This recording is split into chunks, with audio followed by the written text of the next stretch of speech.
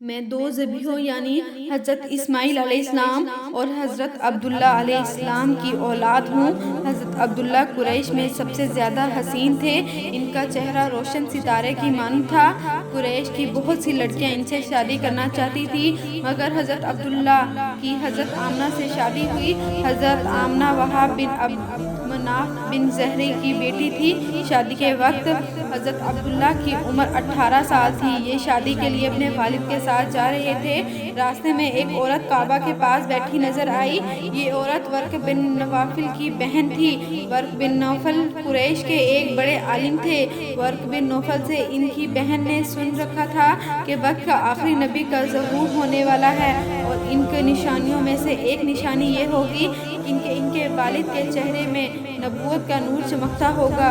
جو ہی اس نے عبداللہ کو دیکھا، فوراً اس کے ذہن میں یہ بات آئی۔ اس نے سوچا ہو نہ ہو یہ وہ شخص ہے جو پیدا ہونے والا نبی کے باپ ہوگے۔ چنانچہ اس نے کہا، اگر تم مجھ سے شادی کر لو تو میں بدلے میں تمہیں اتنے ہی اونٹ دوں گی جتنے تمہاری جان کے بدلے میں ذبح کیے گئے۔ اس پر انہوں نے جواب دیا، میں اپنے باپ کے ساتھ ہوں، ان کی مرضی کے خلاف کچھ نہیں کر سکتا، نہ ان سے الگ ہو سکتا ہوں، اور میرے والد باعزت آدمی ہیں، اپنی قوم کے سردار ہیں۔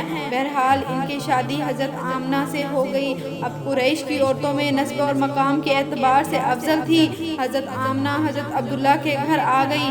آپ فرماتی ہیں، جب میں ماں بننے والی ہوئی تو میرے پاس ایک شخص آیا، یعنی ایک فرشتہ انسانی شکل میں آیا۔ اس وقت میں جاگنے اور سونے کے درمیانی حالت میں تھی۔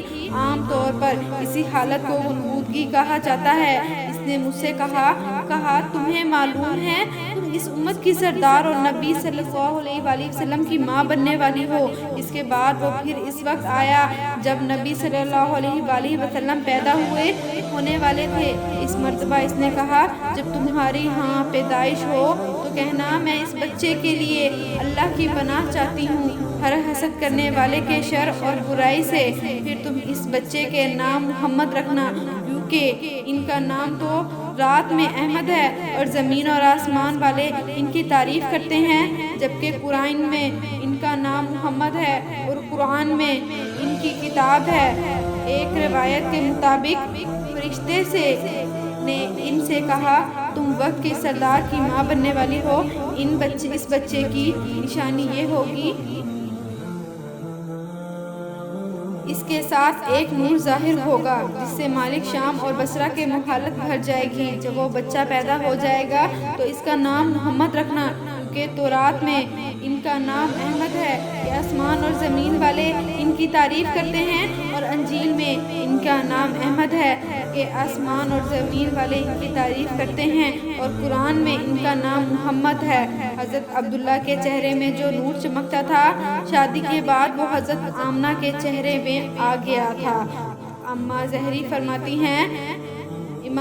فرماتے ہیں، حاکم نے یہ روایت بیان کی ہے اور اس کو صحیح قرار دیا ہے کہ صحابہ رضی اللہ تعالی عنہم نے حضور نبی کریم صلی اللہ علیہ وآلہ وسلم سے عرض کیا، اے اللہ کے رسول، ہمیں اپنے بارے میں کچھ بتائیں۔ آپ صلی اللہ علیہ وآلہ وسلم نے ارشاد فرمایا،